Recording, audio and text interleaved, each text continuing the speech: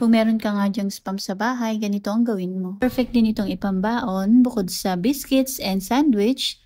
Ito naman yung gawin mo para maiba naman. So meron tayo ditong spam, isang lata lang yung gagamitin natin. Pat dry lang natin yan tapos pwede na natin itong hiwain, depende sa inyo kung gaano kakapal. Bukod sa spam, maglalagay rin tayo ng egg. Bali, 6 na itlog nga yung nagamit namin dito. Nagpainit na tayo ng pan, naglagay lamang tayo ng onting mantika. Simulan na nating prituhin yung egg at yung mga nahiwa nating spam kanina. Tapos sa bowl, maglagay lamang tayo ng Kikkoman soy sauce, honey, at yung ating sesame oil. Sa pan, ilagay na natin yung sauce na ginawa natin, tapos ilagay na rin natin yung spam na prinito natin kanina. Make sure na makot ng sauce yung ating spam at pag okay na, set aside. Yung lata nga pala, wag yung itapon. Ito yung gagamitin natin pang shape sa ating egg. Para mas magandang tingnan, same shape and size lang sila. Gagamit din tayo ng rice paper. Isoak lang natin ito sa water pagkatapos start na natin yung pagle-layer. Depende na sa inyo kung ano yung gusto nyong unahin, pero kami inuna namin yung nori sheets, tapos naglagay kami ng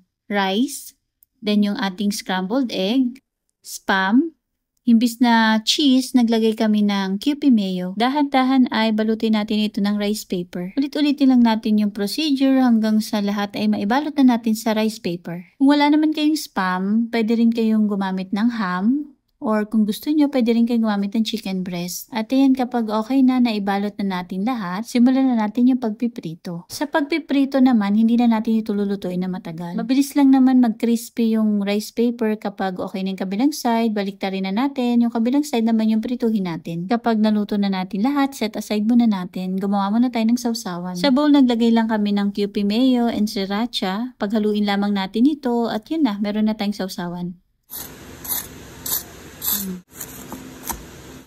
O diba ang dali lang gawin? Perfect din siya sa ginawa nating dippings. Kaya sa susunod na mag-iisip ka na pwedeng ipambaon or kung ano yung pwede mong entry kapag may potluck, try mo na rin to. Siya talaga yung excited tumikim kanina pa.